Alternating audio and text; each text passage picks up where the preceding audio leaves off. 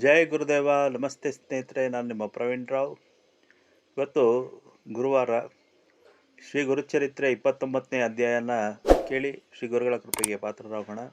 ಹರಿ ಓಂ ಶ್ರೀ ಗುರುಭ್ಯೋ ನಮಃ.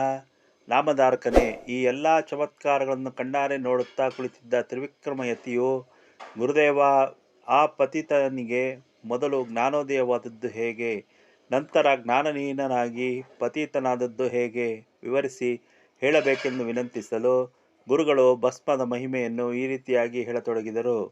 ತ್ರಿವಿಕ್ರಮ, ಮೊದಲು ನಾವು ಆ ಪತಿತನಿಗೆ ಪಂಚಾಕ್ಷರ ಮಂತ್ರದಿಂದ ಅಭಿಮಂತ್ರಿಸಿದ ಭಸ್ಮವನ್ನು ಪ್ರೋಕ್ಷಿಸಿದ್ದರಿಂದಲೇ ಆತನಲ್ಲಿ ಜ್ಞಾನೋದಯವಾಗಿತ್ತು. ಸ್ನಾನದಿಂದ ಆ ಭಸ್ಮವೆಲ್ಲ ಶಾಲನವಾದಾಗಲೇ ಮತ್ತೆ ಆತನು ಜ್ಞಾನಹೀನನಾದ ಪತಿತನಾಗಿ ಮಾರ್ಪಟ್ಟನು.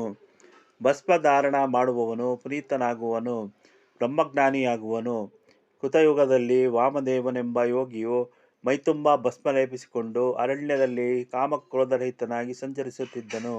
ಆಗ ಒಂದು ರಾಕ್ಷಸನು ಆತನನ್ನು ತಿನ್ನಲೆಂದು ಮೈಮೇಲೆ ಎರಗಿತು. ವಾಮದೇವನು ಧರಿಸಿದ್ದ ಭಸ್ಮದ ಕಣಗಳು ರಾಕ್ಷಸನ ಮೈಗೆ ಅಂಟಿದ ಕೂಡಲೇ ಅದಕ್ಕೆ ಜ್ಞಾನೋದಯವಾಯಿತು. ರಾಕ್ಷಸನು ವಾಮದೇವನಿಗೆ ನಮಸ್ಕರಿಸಿ, ಮಹಾತ್ಮ, ನನ್ನನ್ನು ಉದ್ಧರಿಸು. ನಿನ್ನ ಮೈಗಂಟಿದ ಭಸ್ಮವು ನನ್ನ ಮೈಗೆ ಅಂಟಿದೊಡನೆಯೇ ನನಗೆ ಹಿಂದಿನ 25 ಜನ್ಮಗಳ ಅರಿವು ಉಂಟಾಗಿದೆ.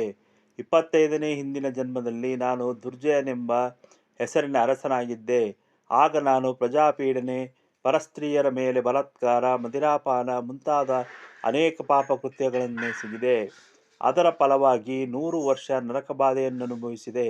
ಬಳಿಕ ನಾಯಿ, ನರಿ ಮುಂತಾದ ಕ್ಷುದ್ರ ಯೋನಿಯಲ್ಲಿ ಜನಿಸುತ್ತಾ ಬಳಲಿ ಈಗ ರಾಕ್ಷಸನಾಗಿರುವೆ. ಯಾವ ಪ್ರಾಣಿಗಳನ್ನು ಕೊಂದು ತಿಂದರೂ ನನ್ನ ಹಸಿವೆ ಹಿಂಗದಾಗಿತ್ತು.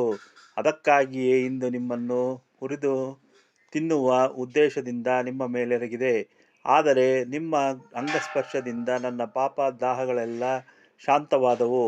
ನನಗೀಗ ಜ್ಞಾನ ಉಂಟಾಗಿದೆ. ಇದಕ್ಕೆ ಕಾರಣವೇನು ಎಂದು ಪ್ರಶ್ನೆ ಮಾಡಲು ವಾಮದೇವರು, ಎಲೆಯ ರಾಕ್ಷಸನೇ, ಇದೆಲ್ಲವೂ ಭಸ್ಮದ ಮಹಿಮೆಯಾಗಿದೆ.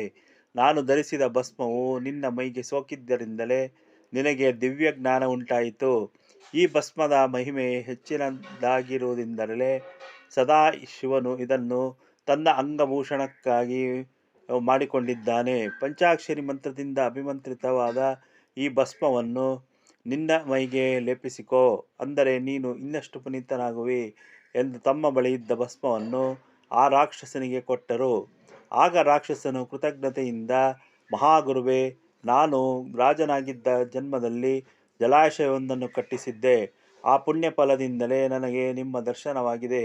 ಪವಿತ್ರಾದ ಭಸ್ಮವು ದೊರೆಯಿತು ಎಂದು ನುಡಿದು ಭಸ್ಮಧಾರಣೆ ಮಾಡಲು ರಾಕ್ಷಸ ಜನ್ಮದಿಂದ ವಿಮುಕ್ತಿ ದೊರೆಯಿತು. ಹೀಗಿದೆ ಈ ಭಸ್ಮದ ಮಹಿಮೆ ಎಂದು ತ್ರಿವಿಕ್ರಮಯತಿಗೆ ಗುರುಗಳು ಹೇಳಿದರೆಂಬಲ್ಲಿಗೆ ಸಾರರೂಪ ಶ್ರೀ ಗುರುಚರಿತ್ರೆಯ 21ನೇ ಅಧ್ಯಾಯ ಮುಕ್ತಾಯವಾಯಿತು.